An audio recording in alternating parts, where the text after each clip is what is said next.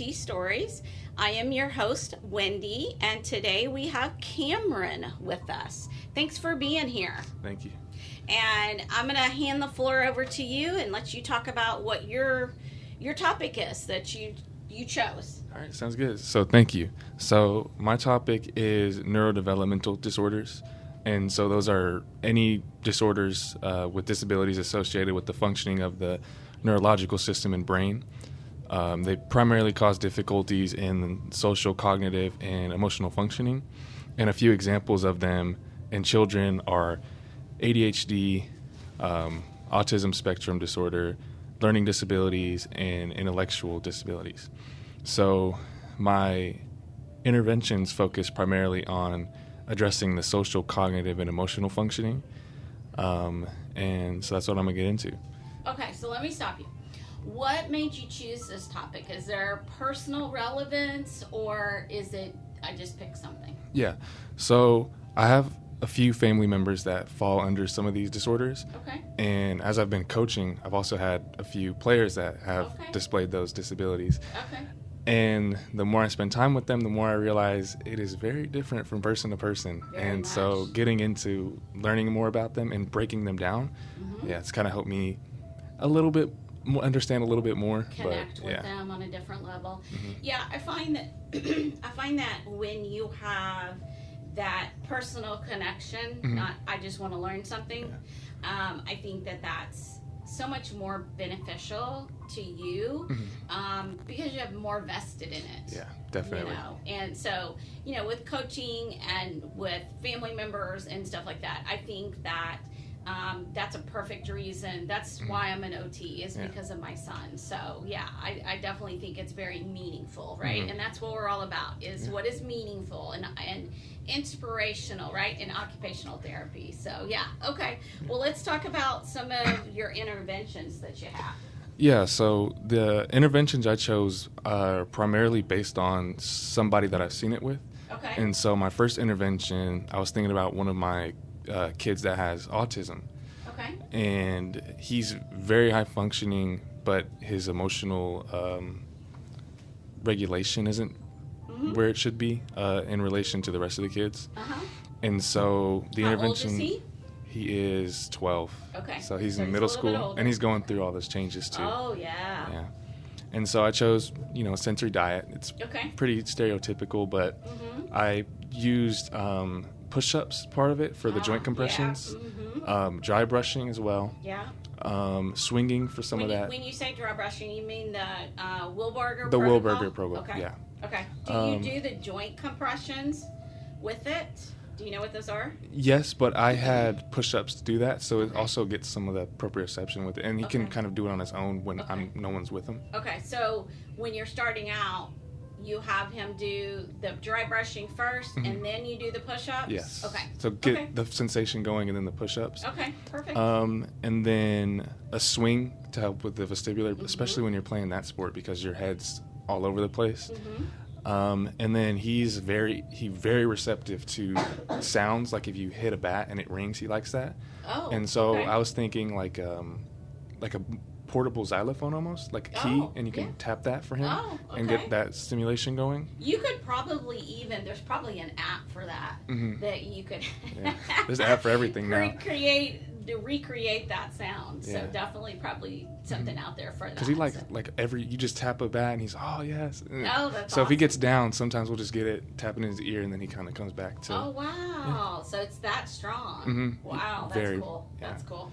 Or push-ups too. If you just say, hey, you're upset, you want to do some push-ups? No, well, let's do some push-ups. And he does it. All right, let's do this. I'm happy. So, that's why I'm like. That's definitely unique. It is, for sure. I think it's just also the physical movement once you're not thinking about it. And You tell me to do push-ups and I think I'm in trouble. Yeah. You'd be like, hey, you want to do push-ups? No. Just go ahead and do it. All right, okay. All right, you're right. Sounds like a good-natured kid. He's awesome. But so this addresses, the gross motor with the push-ups, and then this swinging with the vestibular, especially because you're looking up to catch a ball all the time. So sometimes he's falling, and I thought that would be nice. Yeah. And then some fine motor with the grasping. So if he's hitting a bell, you have to grab the mallet to hit the bell. Yeah. maintaining focus, because after he usually does any of those things, his focus comes back. Self-regulation, of course, and then sensory processing, because I think that's his problem is with the modulation. Aspect of it. Yeah. Putting everything together. I think, so was he diagnosed as a child with all of this? Really early. They said like 3, like before 3. Before 3 years? Yeah. Okay. So he's old enough. Does he have any intellectual disabilities, or is it all sensory? No, he's very smart, so it's just all sensory. So he's at the age where, like, he is able to understand, I am not able to focus, let me engage in one of these tasks, right? At this point, Like, he needs a little bit of guidance, especially when he's frustrated, but he knows what works for him, and so he's told us what works for him. Oh, I love it. Yeah. That's great. That's great. That's rare. Yeah. That's not very common. Yeah. I think because he was diagnosed so early, he's kind of understood, like, I got to do this to help me function with other people, and so. Well, and I think for boys specifically, admitting that there is something, I don't want to say wrong, but there, I don't know what the right word is there, but it's admitting that they have difficulties with something is really challenging. It's true, yeah. So, for sure. Especially playing a sport. That's a guy sport. It's guy sport, yeah. Because he came up, his parents didn't tell us. I mean, they told us after he brought it up to us, but the first day I met him, he's like, yeah, I am on the spectrum. This is what works for me. And then we just kind of worked from there. And it's also funny, the timing of being in OTA school and that at the same time. Yeah. Well, miracles happen all the time. It's funny. And then I just, really the reason I did this specific parts of the sensory diet are because he can do that at home, at school, on the field. So it's not something specific to a therapy clinic. So he can do it whenever. And so to upgrade it, more stimuli and challenge the problem areas, especially for him with touch. He does not do well with touch. So he will not slide. He will not. So kind of trying to challenge that because he's good and he wants to play further. But if you can't deal with that, can't slide. That's a problem. Yeah, for sure. And then for the downgrade, I said fewer stimuli or kind of guide the child through the activity. So if they, joint compressions don't work for them, maybe switch to push-ups, but knee push-ups instead, so they don't feel like they're physically working. It's more of just the sensation. Okay.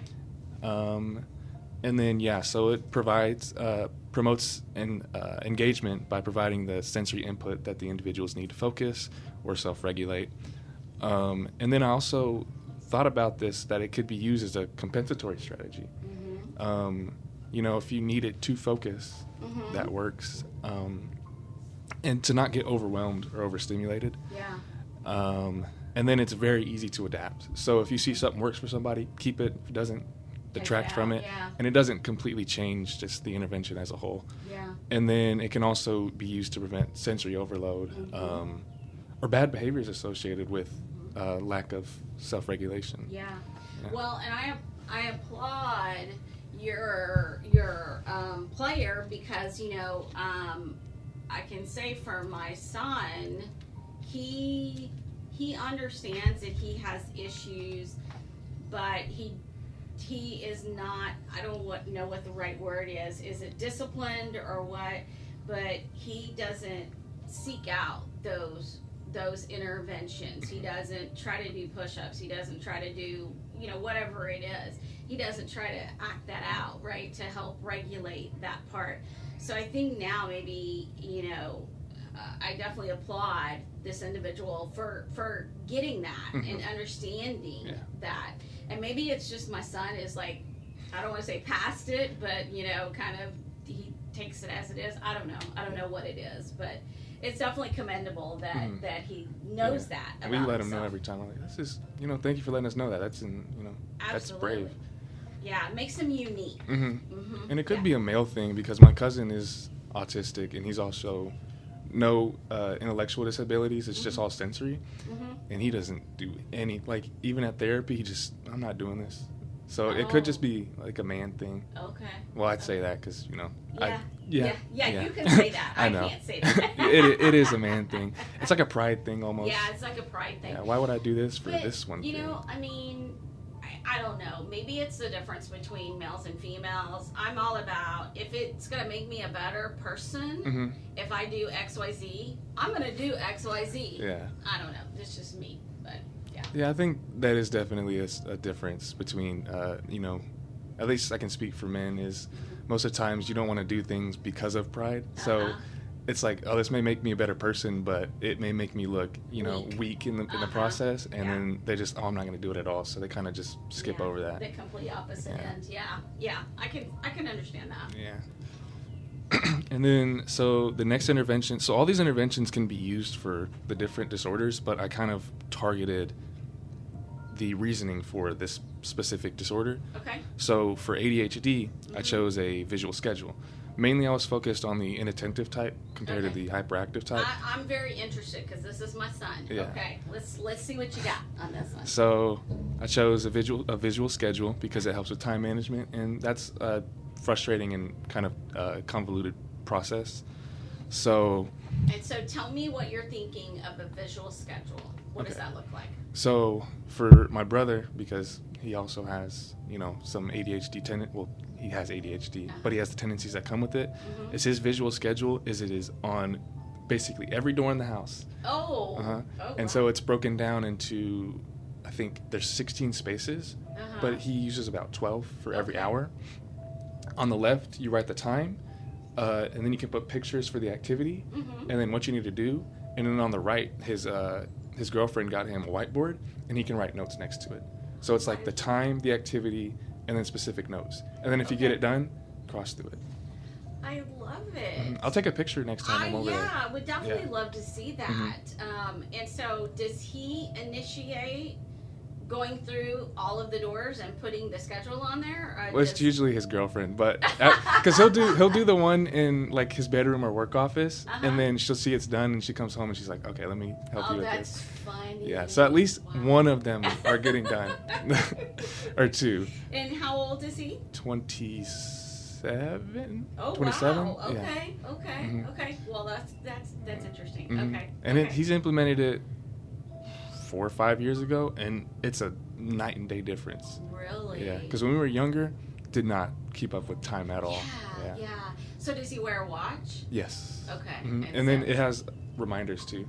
So his visual schedule is like an everything schedule. Wow, I love it. Okay. Yeah. Okay. So pretty much the aim is to equip the individuals with the necessary skills to get through daily activities without frustration or fear of missing out. Yeah.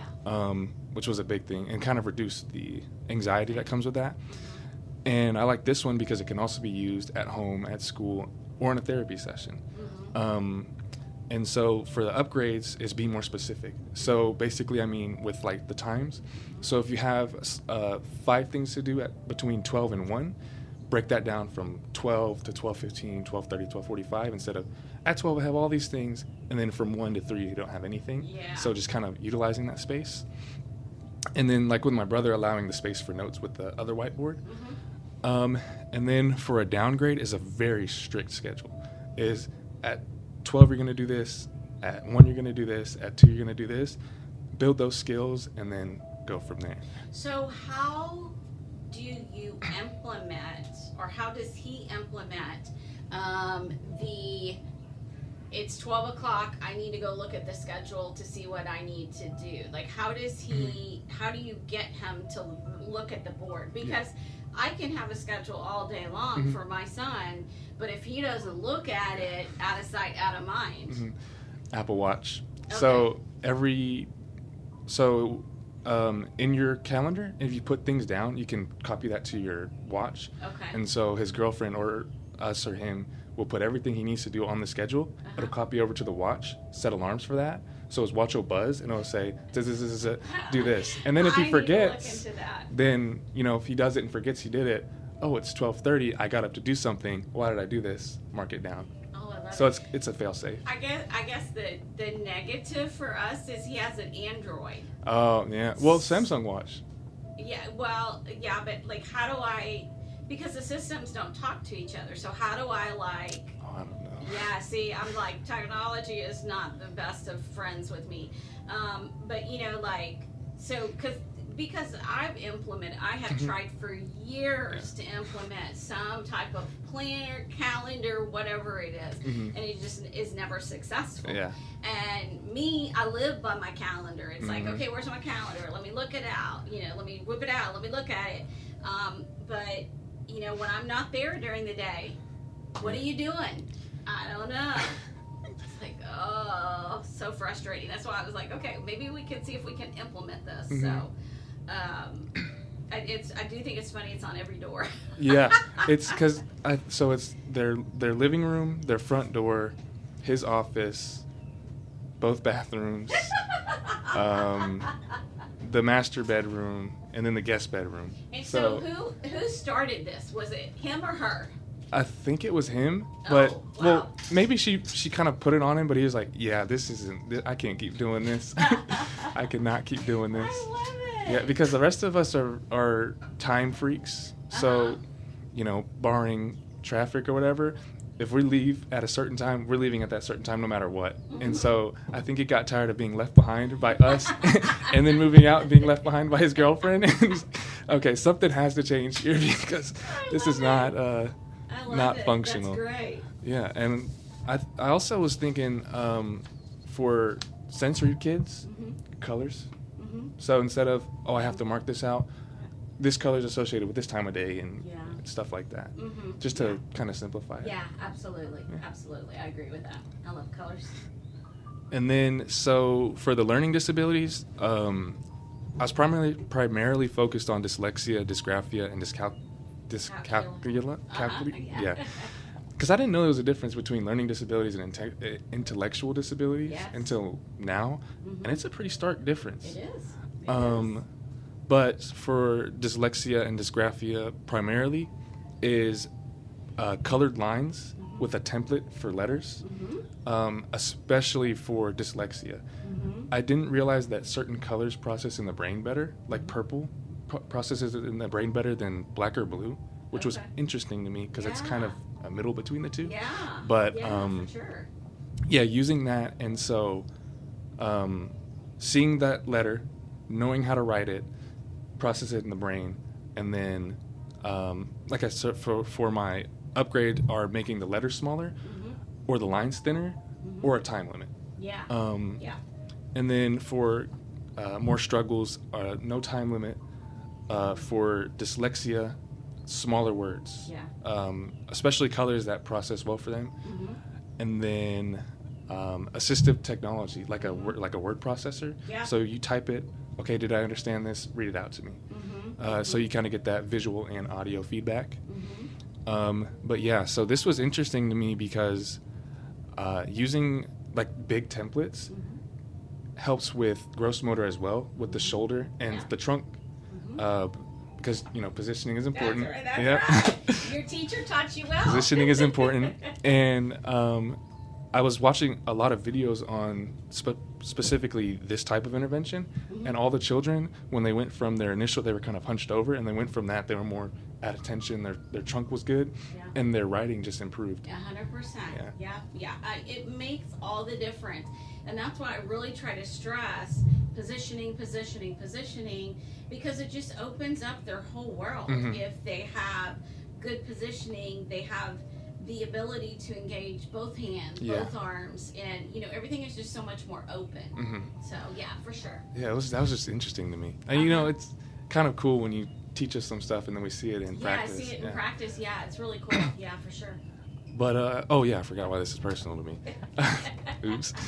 One of my friends growing up is very dyslexic, to the point where you have to read or listen to things to them. And very smart individual. Like, you have a conversation with them, very smart. Yeah, got a college degree and everything, but you ask him to read something and it's frozen. There's nothing.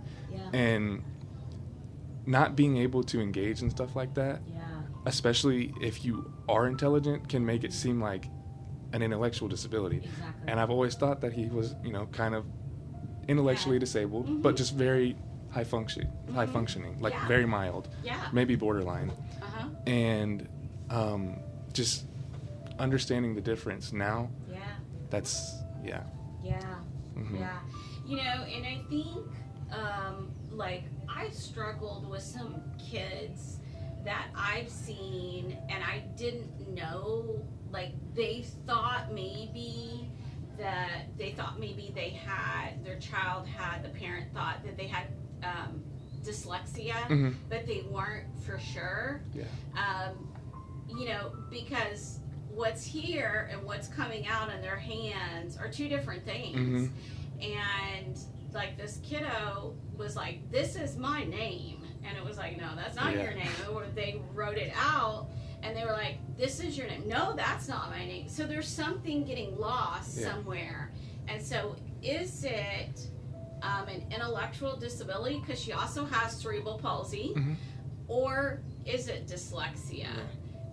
That's kind of something that really we don't know. I think that's still up for debate right now.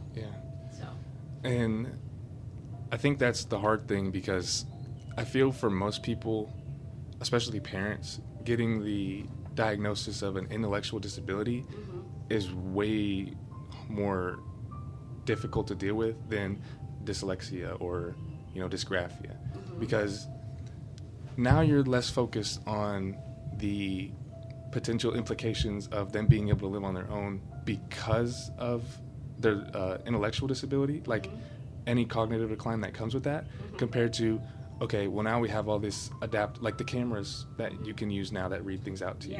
That's a lot different than having to literally learn new skills to function on their own. Or if they can't function independently, they can't be independent. 100%. I think as a parent myself, I think any type of diagnosis is very challenging to deal with. Because I think I was saying this on a different show, that you have to grieve the life that you felt that you were going to have, especially if this is like your first child. You thought rainbows and butterflies all the time, and then you get this stark diagnosis of ADHD, CP, dyslexia, whatever it is, intellectual disabilities, and that life that you pictured is going to be different. Some parents really struggle with adjusting to that.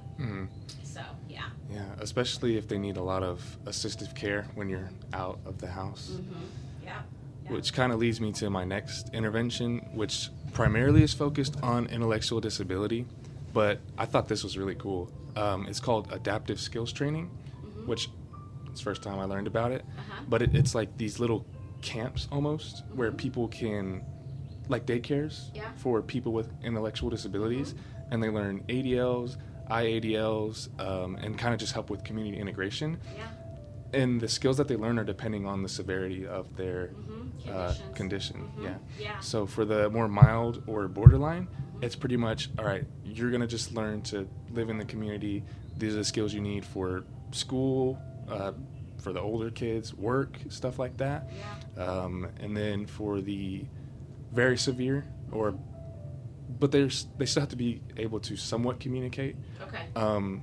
Then you're learning different ways to communicate. Do you need sign language? Do you need a one of those touchpad? It's ACC. ACC. Do you need that? Are you able to write? Are you able to type? Stuff like that.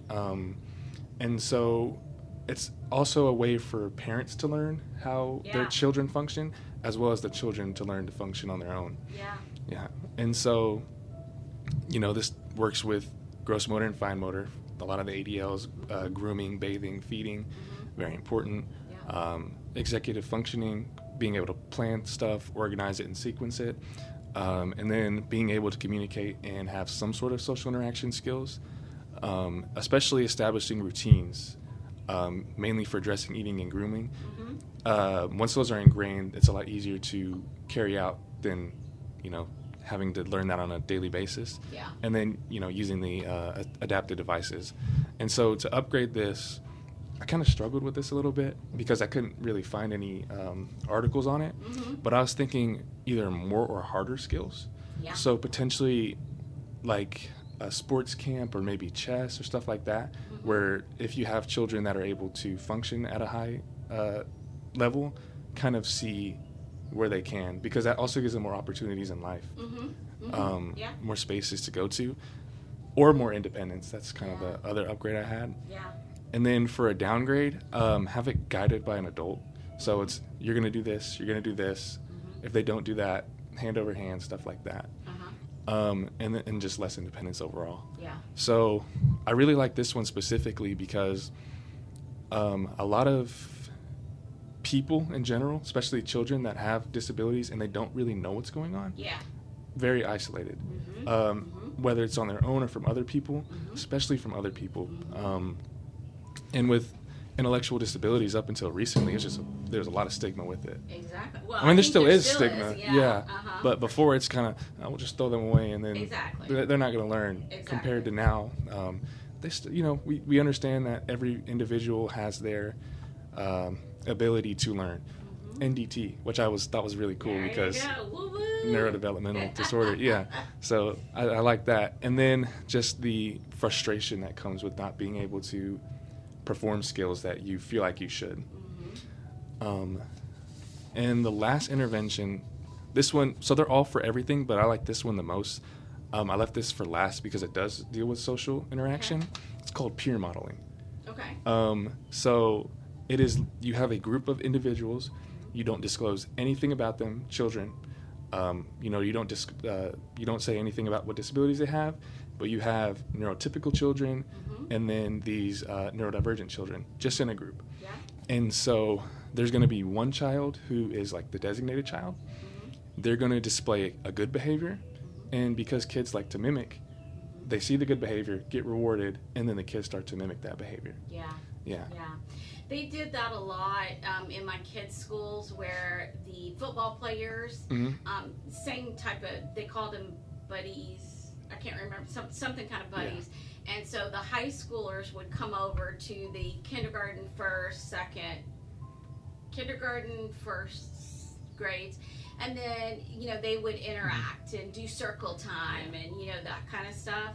It wasn't spending all day with them, but in theory, that's how, when you set groups up, that's how you want, and you'll learn about that in a couple of semesters. You want higher and lower level, so that you have those who want to achieve the higher skills, and then the lower level, they're all going to interact, and maybe the higher functioning kids can help the lower functioning kids, and so peer modeling is very common in OT. And I wish they did do it more in schools, because when I was in high school forever ago, feels like at this point, we would do that. So all the athletes would kind of rotate with the special ed class, because we didn't want them to, if you have kids inside, especially with special needs, they're not getting any sunlight, they're isolated from everybody. How do you expect them to want to function in society anyway? And so I think we did have an OT at our school, but I don't know if they orchestrated this specific thing. But so in the off seasons, we would spend a lot of time with them, and it was always one-on-one. And so we got a debriefing about the condition and kind of how to work with that child. And one of my friends had a brother with CP, which is, it does also fall under the neurodevelopmental disorders. And spending a lot of time with them, like you think, he's wheelchair bound, has to be fed, but he can communicate really well. There's nothing usually wrong with their brains. Not all the times, but most of the time. That's why it was like when we got the diagnosis for CP for my son, it was like, oh, okay, well, let me go read it. Let me go find out. Okay, so they're not going to have some cognitive deficits. Okay, I can deal with anything else, right? I can deal with physical disabilities any day. But the cognition was a big thing for me. I wanted to be able to know that, like, I could hug my kid and he would know who I am and that kind of stuff. But when he was born, we didn't know that. And, so I think that the cognitive aspect is definitely very challenging. Yeah. And just the when, like you said, once you're able to get the body moving, you have a purpose and you want to be able to engage. So I feel like that should be more of a thing in general. It's not that hard to Really integrate not. at all. I mean, even at the fieldwork center I'm at, they have younger kids, and there's a few with some neurodevelopmental disorders, and they work with the older people, function really well from there compared to the other students, you know. And I think there should be better ways to kind of help with implementing them or integrating them into the community, because there's a lot of things that they can do. And, you know, I don't like, from the people I've worked with and family members, I don't like the way they're kind of just pushed aside. It doesn't make sense to me. Well, and I think as you talked about the stigma, we have to acknowledge that these differences exist first. And until we as a society acknowledge that, we can't address that. We can't help that. And then it takes somebody stepping forward, and maybe that's your role in this whole thing, is to, you know, another student's gonna, you know, maybe create for a 501c3, a not-for-profit. So maybe this is what your role is in OT, right? We all want to find what our little niches are. What are your specialties? So maybe since you have this background, maybe that's what you need to focus on in OT, is like, you know, and I always like to really challenge my students to think about, okay, at the end of your career, what do you want? What's your legacy? What do you want people to say about you? And so, you know, I do that the semester before you leave for field work. But for y'all, where do you want your career to go, right? So be forward in thinking, and try to really focus on that, and like find areas that maybe need some of this, and so you can actively engage and volunteer, and you know, and stuff like that. And I know it's hard to do when school is going on, but it's something that enriches your life, right? And it allows you talk about, you learn about stuff in school, well then you can implement it with, you know, your volunteering and stuff like that. So maybe that's your little niche. Maybe you found it. Woo woo! All it took was a podcast. That's right. I think that the podcast has definitely been a very positive experience in that, you know, students are able, you know, think about, maybe this is what I want my future to look like, and then, you know, because, you know, the first semester, it's all getting educated about, this is what it is, and this is what we do, and da-da-da-da. But with the podcast, you get to pick the topic. You get to bring the research. You get to say, this is what I'm passionate about. And we're not telling you as teachers, you have to do this, right? So there's a big difference in that. But I mean, I think it's a great option. So maybe you can start that. So you heard it here first, that Cameron's going to start this great program. Woo-hoo! 2032. 2032. There I need you years go. of research. I love it. Okay, well, thank you so much, Cameron. I appreciate you coming on, and